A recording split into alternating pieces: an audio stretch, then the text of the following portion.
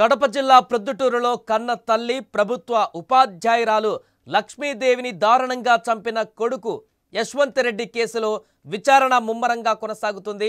ఈ విచారణలో భాగంగా కొన్ని విస్తుపోయే నిజాలు బయటకు వస్తున్నాయి।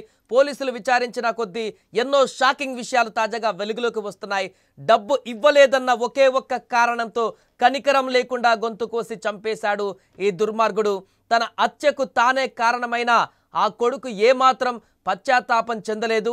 హత్య చేసినటువంటి తర్వాత అతడు ప్రవర్తించిన తీరు చూసి స్థానికులే కాదు అక్కడికి వచ్చిన పోలీసులు కూడా నివ్వెరపోయారు। ఎందుకంటే హత్య చేసిన తర్వాత అక్కడ ఇంట్లో హాల్లో కూర్చొని దర్జాగా హెడ్ ఫోన్స్ పెట్టుకొని పాటలు వింటూ వెకిలి చేష్టలతో వెకిలి నవ్వులు నవ్వుతూ అక్కడ యశ్వంత్ కూర్చున్నట్టుగా తాజాగా తెలుస్తుంది।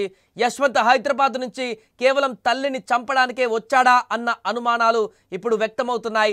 డబ్బులు ఇవ్వడానికి తల్లి నిరాకరించడంతో తన వెంట తెచ్చుకున్న కత్తితో హత్యకు తెగబడ్డాడు। ఇక ఉదయం రాగానే ఇంట్లో పరిస్థితులను గమనించాడు। తండ్రి విజయభాస్కర్ రెడ్డి బెడ్రూమ్లో ఉన్న సమయం చూసి బయటకు రాకుండా గడియ పెట్టాడు। ఆ తర్వాతే కత్తితో తల్లి గొంతు కోసి చంపాడు।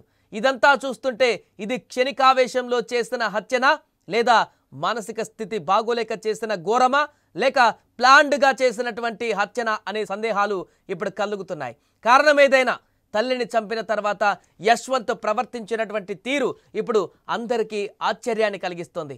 తల్లిని దారుణంగా హత్య చేసిన తర్వాత మృతదేహాన్ని ఈడ్చుకు వెళ్ళి కాంపౌండ్లో పడేసినటువంటి యశ్వంత్ లోపలికి వచ్చి తాళం వేసుకున్నాడు।